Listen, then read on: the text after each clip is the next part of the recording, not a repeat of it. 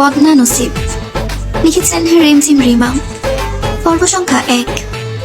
কিছুদিন আগে বলতে 7-8 মাস আগে কোচিং ক্লাস শেষ করে বাসায় যাচ্ছি, তো এমন সময় দেখি একটা বাড়ির সামনে গাছেতে খুব সুন্দর ফুল হয়েছে। অবাক করা বিষয় হলো এক গাছে বিভিন্ন কালারের ফুল, যেমন বেগুনি, হালকা মিষ্টি, সাদা, লাল আর একটা অনেকগুলো কালারের মিশ্রণ।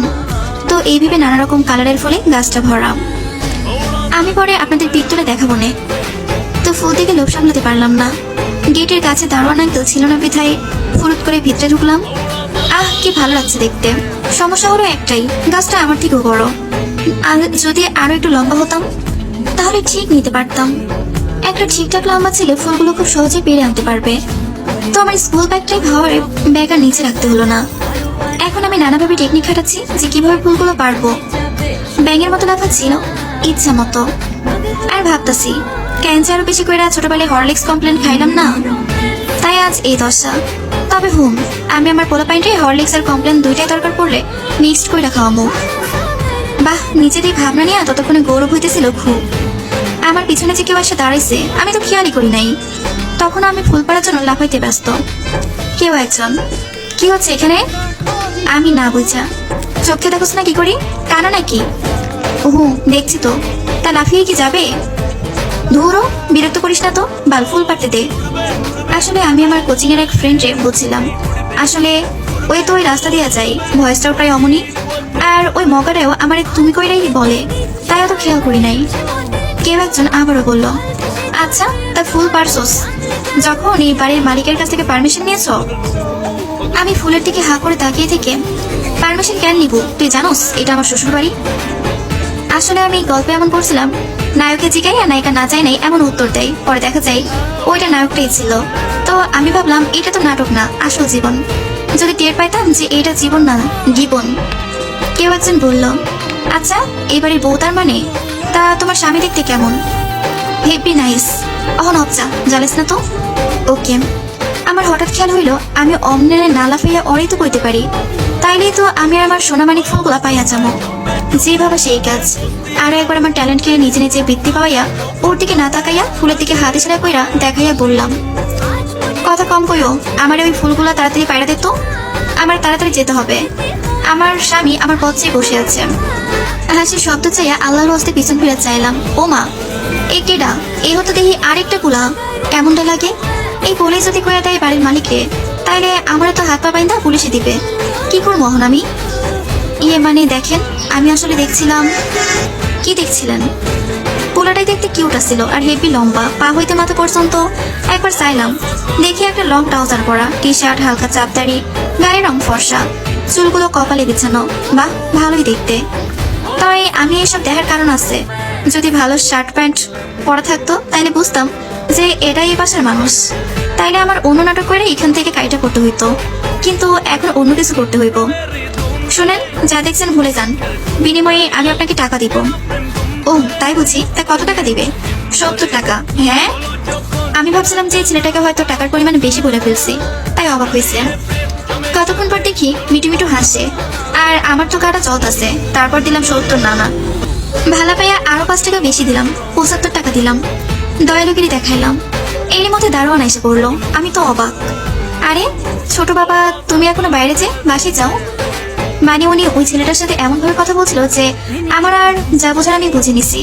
আর এই বড়লোক পোলার গাছের ফুল চুরি করতে আসা ওর মুখ বন্ধের জন্য ওরে ঘুষ দিই, তা আবার 75 টাকা। দারোয়ান আঙ্কেলকে পাঠিয়ে দিছে, তারপর আমার দিকে তাকায়া বলতেছে, তা ম্যাডাম জি কি যেন বলছিলে? আসলে আমি ফুল চুরি করতে আসি নাই তো। তাহলে? বাহ, এই গাছের পাতা খুব সুন্দর। আহারে ময়লা করছে। আসলে আমি ওই দূর থেকে দেখলাম যে ময়লা পাতাই, তাই ভাবলাম একটু মুছে দিয়ে যাই। ছেলেটা হাসছে। আমি আর কিটা কইতাম, আল্লাহরে ডাকতেছি যে কেমনে বাইরে হমু, কোন কুক্ষণে যে বাড়িতে ঢুকছিলাম। আবার বললো ছেলেটি, তা এটা আপনার শ্বশুর বাড়ি বুঝি? আমি সৈন্য বিশ্বাস করে না পুরা শখ হয়ে ছেলেটার দিকে তাকাইলাম। আমি যা বোঝার বুঝছি। আমার দিকে আগাইতে আগাইতে বলতেছে, আর আমি মুভির নায়িকার মতো পিছাইতাছি। ছেলেটা আবারও বলতেছে, তা এই বাড়ির ছেলে কি তা কি তুমি জানো? আমি মনে মনে, আমার জানার দরকার নাই, তুই সর ফহিদ। এই বাড়ির একমাত্র ছেলে আমি, তাহলে কি আমি তোমার? শুনতে চাই না। পিছাচ্ছ কেন? তুমি না বললে আমি তোমার জন্য ওয়েট করতেছি? কি হলো, এখন সরছো কেন? শর্তাসি কি আর সাথে হারামজাদা লুচ্চা পোলা। কি করি যে এখন? ইউরিকা পাইছি। ছেলেটা প্রায় আমার কাছে কাছে চলে আসছে। এরই মধ্যে স্ট্যাচু বলে দিলাম এক ভূতর। এক ঝলক চাইছিলাম, দেখি অবাক হইয়া তাকাইয়া আছে। থাকুক গা, আমার কি, আমি তো কাইটা পড়ছি এই অনেক। এই বদনা নসির কাহিনীটা আমার সাথে ঘটছে। এরপর 3 থেকে 4 দিনে আর কোচিং এ যাওয়া হয় নাই বন্ধ থাকার কারণে। এই কয়েকদিনে ভুলেই খেয়ে ফেলাইছি ওই করুণ কাহিনীটা। আগেই কইছি আমি তো হ্যাপি ট্যালেন্টেড মাইয়া। তো যাও গা, 4 দিন পর ক্লাস শেষ করে বাসায় যাইতাছি। কতটি পুটুস পুটুস পোলা পাই ক্রিকেট খেলতেছিল। তো খেলার এক সময় বল গিয়া পড়লো একটা বাড়ির ভিতরে। আপনারা জানেন না কি জাউরা পোলা পাইন ফলাইছে, যেটাই হেডাই না যাইয়া উদ্দা অকমত ছোট্ট একটা পোলারে ঠেলা মেলা পাঠাইতেছে। যা যা কইলা দেখে আমার তো সিরিয়াসে জিদ উঠছে। যাই কইলাম, খেলানোর সময় কোনো দিকে চাস না, এখন বল উইরা গেছে দেখে অরে পাঠাইতেছিস কেন? তোরা যাইতে পারস না? বালটিরে আমি বকতেছি, উনি আমার কথা শুন না হাসে। কি লজ্জার কথা, ভয় পায় না। বাহ কি বাহার, তা দাঁত মাইজা আসিস নাই সকালে? দাঁতে কি পড়ছে ওটি? আবার ওই দাঁতগুলো মানুষের সামনে বাইর করো, লজ্জা নাই তোকে? পোলা পাইন গুলা অহন চুপ করে রয়েছে। হুইয়ার তার মানে ভয় পাইছে। আমি কইলাম, শোন আমি আনতাছি বুঝলি, খারাপ তোরা। এই বইলে বিলকিসমানকে মুড নিয়ে যাইতাছি বল আনতে, আর ভাবতাছি বল দিয়া করোডরে চটকানা দিমো। বজতের হাড্ডি, তখন কিনা আমার কথা শুই না হাসতেছিলি? ভাগ্যিস আমার ফ্রেন্ড সারা ছিল না। নিশ্চয় বুঝতে পারছেন, থাকলে কি কইতো হারামি বান্ধবীরা। যাওকা, বাসার গেটের ভিতরে ঢুকার পর মনে হইলো গেটের বাইরে কিছু লিখেছিল। যাওকা, হয়তো ফুলেট টুলেট টুলেট ফুলেট। আপুরা, যে বলটা হাতে নিছি ওই বাড়ির পালা কুত্তা ঘেউ ঘেউ করে উঠছে। আমি চাইয়া দেখে তো শেষ। এমনি কুত্তা ভয় পাই, তার উপরে এই কারবার। এখন আমার কি হবে? আমি বেদিক হইয়া বলটা নিয়ে একখানা কালা কাউয়ার নাহান বিশাল চিৎকার দিয়া দিলাম দৌড়।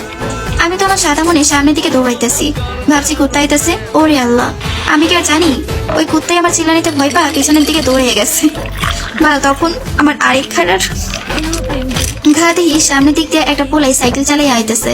আমি দৌড়ে চটে নিজের ব্যালেন্স করতে পারছিলাম না। আর আমার এমন অবস্থা দেখে ওই পোলা কোন দিক চাইবো এই নিয়ে হয়তো টেনশন করতেছিল, না মানে সাইকেল এই দিক ওই দিক নিতেছিল। আমি তো শেষে ভয়ের চোটে মাঝখানে খাড়াইয়া রয়েছি। সাইকেলের নাচন দেখা আমার চক্ষু দুইটা বন্ধ করে ভাবতেছিলাম, কালকে এই সময় খবরের কাগজে বের হইবে নাবালক এক ছোট্ট তরুণী কিশোরী সাইকেলের দ্বারা রোড অ্যাক্সিডেন্টে পড়িয়া মারা গেছে। কিছুক্ষণ পরে শুনি আমি বিশ্বাস করো আপুরা, এত সাহসী যে ভাবছি আমি মনে হয়ে গেছি। ওমা, চাইয়া দেখি আমি ঠিক আছি। সাইডে ওই পোলাটাই সাইকেল নিয়ে পড়ে গেছে। আমি কাছে যাই কইলাম, আহারে ছোট মানুষ, রাস্তায় নামতে হয়? সাইকেল চালাইতে জানো না? আগে তো প্র্যাকটিস করতে হয়। মাথা নিচে ছিল তাই দেখি নাই। আর ছোট ভাবছে কেন জানো? কইতেছে কয়েকদিন আগে এক ভুটকা আন্টির সাথে তাড়াতাড়ি করে যাইতে চাইয়া সৃষ্টি খেয়ে পড়ছিলাম। তাই বিষয় ওইটা না, পড়ছি ভালো কথা। উনি আমার শরীরের এক সাইডের উপরে পড়ছিল, তারপর পড়ে যাইয়া আমারই খুঁজে।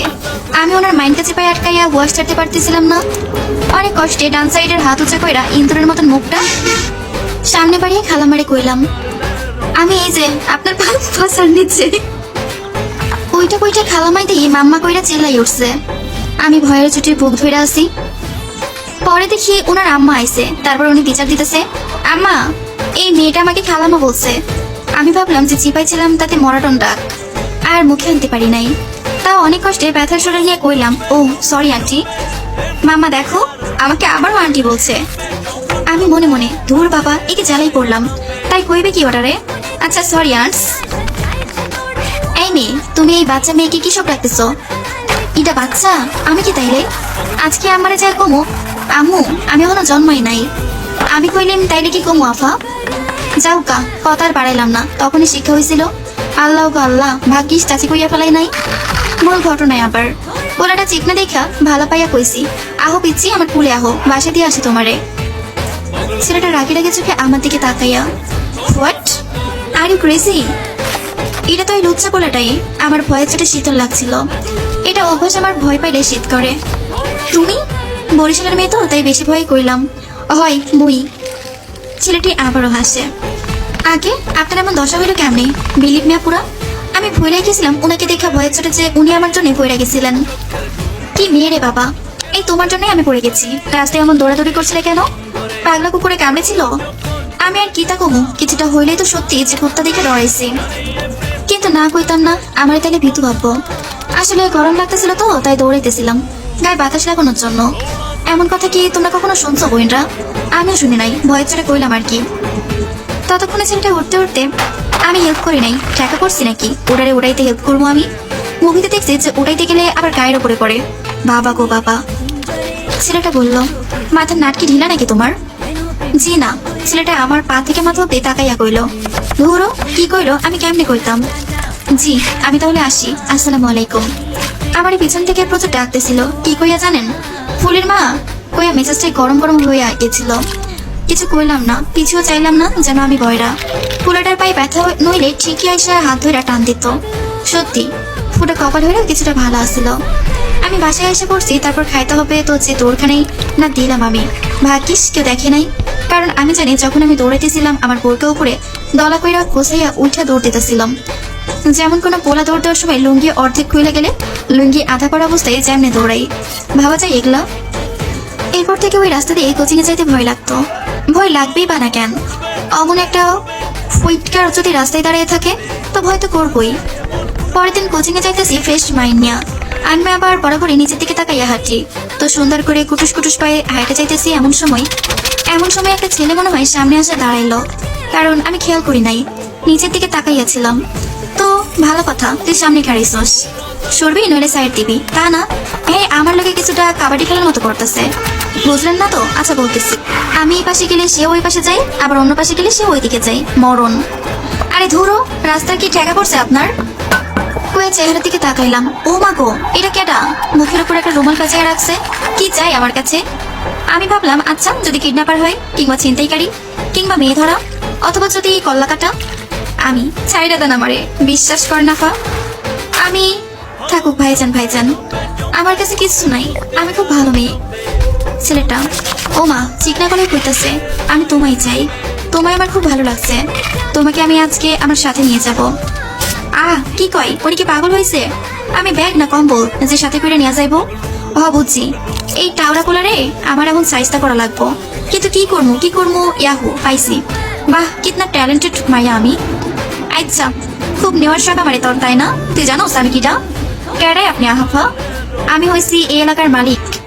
এইটা আমার একটা অভ্যাস, সিরিয়াস মোমেন্টে কথা ভুলে যাই, গুছাই কইতে পারি না। ও তাই বুঝি? ধরো কি কই? না তা না, থুকু। ওই যে বাড়িটা দেখতেছোস, ওইটা আমার স্বামীর বাড়ি। ছেলেটা আমার পা থেকে মাথা অব্দি তাকাইয়া, ও কিন্তু আপনার তো দেখলে মনেই হয় না যে আপনি বিবাহিত।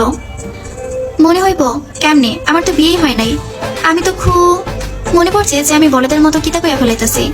ছেলেটা চোখ বড় বড় করে, কি? আমি চুপ কর ফহির পোলা। শোন, আমার একটা স্বামী আছে, স্বামী থাকলে তো একটাই থাকবো। উফ।